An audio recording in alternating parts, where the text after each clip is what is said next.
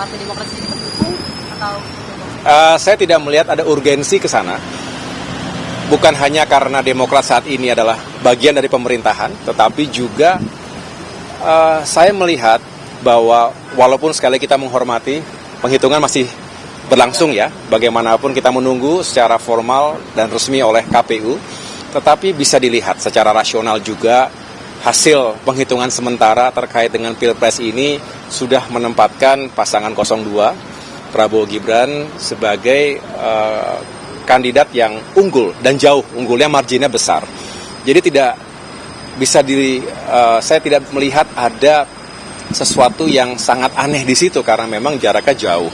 Ya, tetapi saya juga sebagai seorang Demokrat menghormati siapapun di negeri kita, partai manapun, tokoh manapun yang ingin menggunakan hak konstitusionalnya, silakan. Tetapi kami dari Partai Demokrat secara tegas mengatakan kami tidak melihat ada kepentingan itu.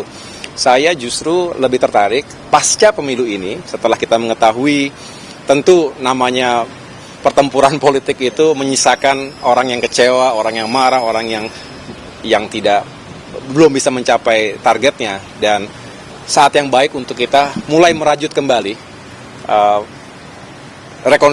rekonsiliasi bangsa, dan itu harus kita tunjukkan secara genuine. Mengapa? Karena kita ingin Indonesia tidak terlalu lama terjebak pasca pemilu ini dalam urusan-urusan yang juga tidak produktif bagi pembangunan bangsa. Kita berharap 8 bulan ini menjadi masa yang penting. Transisi kepemimpinan nasional itu harus dikawal dengan baik.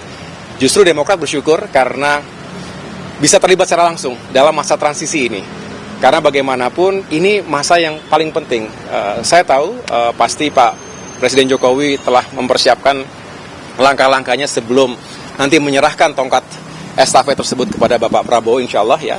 Dan sebaliknya Bapak Prabowo juga punya niat yang baik untuk menyiapkan dari sekarang apa saja yang harus segera bisa dilakukan. Ingat, janji kampanye itu untuk ditunaikan. Dan ada hal-hal yang bisa segera kita capai. Ada quick wins yang harus kita juga tunjukkan kepada masyarakat. Tapi juga ada yang sifatnya lebih jangka panjang. Ini juga perlu kita jelaskan karena tidak semua bisa terjadi dalam 1 bulan, 2 bulan, bahkan 1 tahun pertama. Tetapi dengan semangat yang kuat, saya rasa transisi ini bisa berjalan dengan baik dan pada akhirnya setelah Pak Jokowi, Pak Prabowo siap untuk melanjutkan itu semuanya. Mas Ahy, terakhir untuk soal kemarin ngomong soal